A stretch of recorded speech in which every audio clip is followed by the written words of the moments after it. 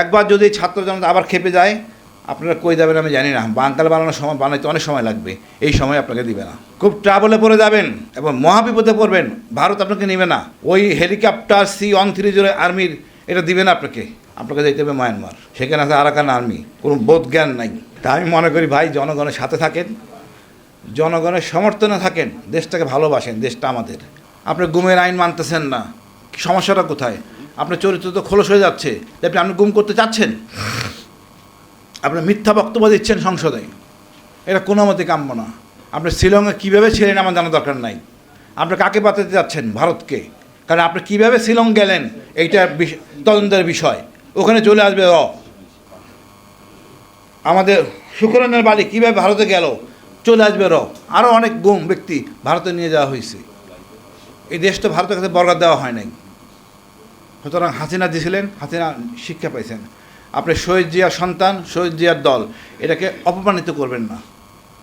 আমি মনে করি আপনি জনগণের সাথে থাকেন, এই যে অঙ্গীকার এটা মেনে চলেন, এতে আপনার তো কোনো ক্ষতি নাই। আপনি কেন ফ্যাসিস্ট হবেন? এই চেতনাটাই তো খারাপ। পৃথিবীতে অনেক দেশ আছে সংবিধান, লিখিত সংবিধান নাই, কারণ সেই লোকগুলি ভালো, সেই লোকগুলি মানুষ, আমরা অমানুষ। আইন করে আপনাকে সোজা রাখা যাচ্ছে না। আপনি জমান দিয়ে জমান রাখতেছেন না, আপনার প্রতি আমাদের ভরসা পাচ্ছি না। একবার যদি ছাত্র জনতা আবার খেপে যায়, আপনারা কই যাবেন আমি জানি না। বাঙ্কার বানানোর সময় বানাইতে অনেক সময় লাগবে, এই সময় আপনাকে দিবে না। খুব ট্রাবলে পড়ে যাবেন। এবার মার খাইছে পুলিশ, গালে গালে গালামন্দ খাইছে আর্মি, এরপর কিন্তু খাবেন আপনারা এবং মহাবিপদে পড়বেন, ভারত আপনাকে নেবে না। ওই হেলিকপ্টার C-130 আর্মির এটা দিবে না আপনাকে। আপনাকে যেতে হবে মায়ানমার, সেখানে আছে আরাকান আর্মি, কোনো বোধ জ্ঞান নাই। তা আমি মনে করি ভাই, জনগণের সাথে থাকেন, জনগণের সমর্থনে থাকেন, দেশটাকে ভালোবাসেন, দেশটা আমাদের। সবাইকে নিয়ে বসবাস করব, সকল জাতিসত্তা। এখানে রাগ অভিমানের কিছু নাই তো। এমন কি ছিল যেটা আপনাদের ক্ষমতা প্রণয়নে অসুবিধা করতেছে? আমরা কেন চোর হব, কেন অন্যের সম্পত্তি খাবো? এই জায়গা থেকে সরে আসতে পারি না? আমার ধর্ম মুসলমান বলি, কিন্তু কাজকর্ম করতেছি যেন কোনো ধর্মের ফরম্যাটে পড়ে না। আজব এক জাতি আমরা, মানে আমরা চটথপ্পড় না খেলে আমরা সোজা হই না।